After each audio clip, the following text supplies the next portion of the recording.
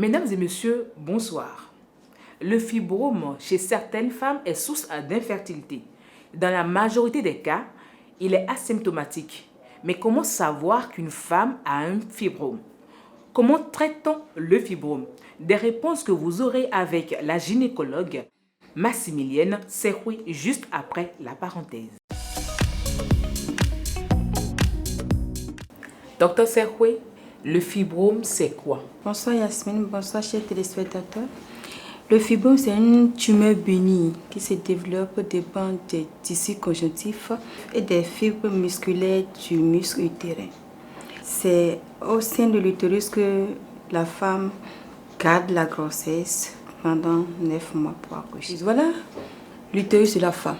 Le fibrome se développe au dépend de ces tissus-là.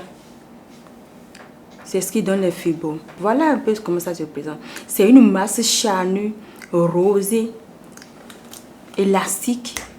Et la distance, ça peut mesurer quelques millimètres jusqu'à plusieurs centimètres.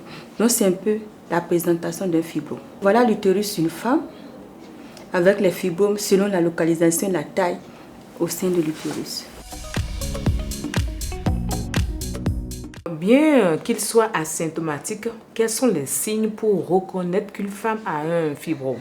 Je vous ai présenté tout à l'heure de l'aspect du fibrome qui peut être de quelques millimètres à plusieurs centimètres de diamètre.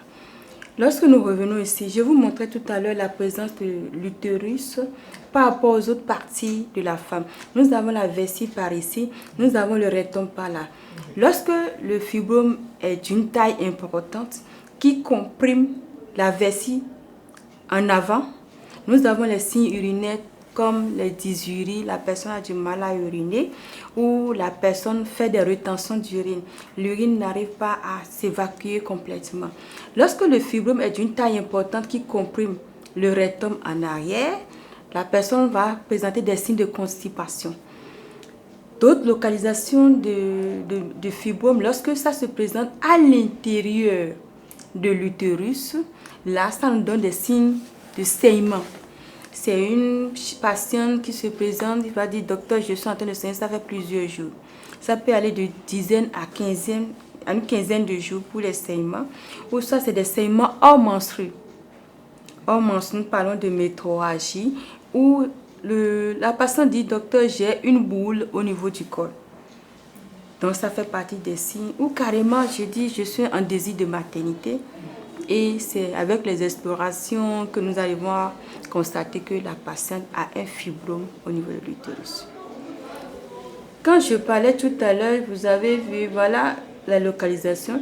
Lorsque c'est à l'intérieur ici, la personne se plaint de saignement. Voilà d'autres localisations. Ici, c'est toujours au niveau de l'utérus là. Voilà des localisations. Donc le fibrome peut atteindre plusieurs parties de l'utérus et c'est selon la localisation que nous avons les signes en question. Ou c'est une femme qui se plaint d'anémie, elle est fatiguée. Imagine que c'est une patiente qui a saigné pendant des mois, quand elle est venue, nous avons constaté une pâleur cutanée muqueuse et l'exploration nous confirme que c'est en fait une dame qui a des fibromes qui saignent depuis des jours.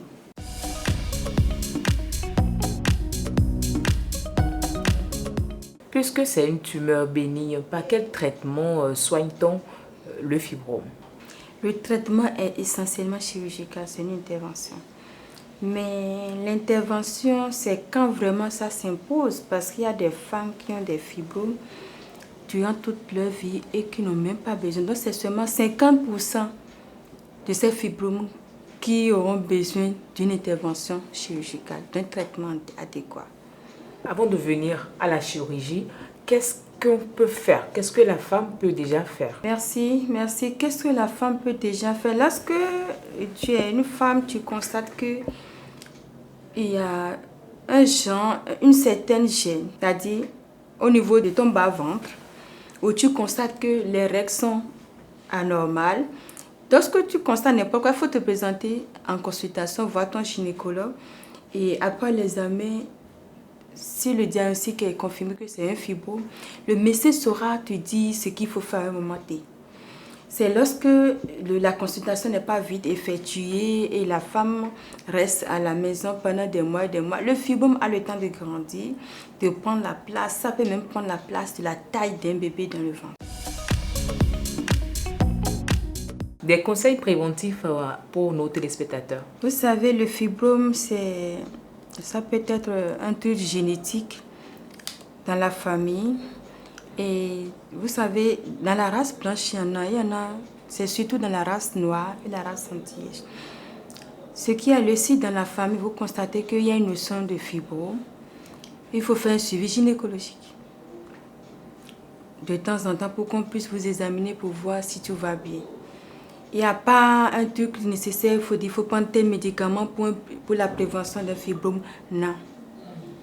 C'est juste le suivi régulier de toute femme à risque. Toute femme, parmi les femmes à risque, nous avons l'âge aussi.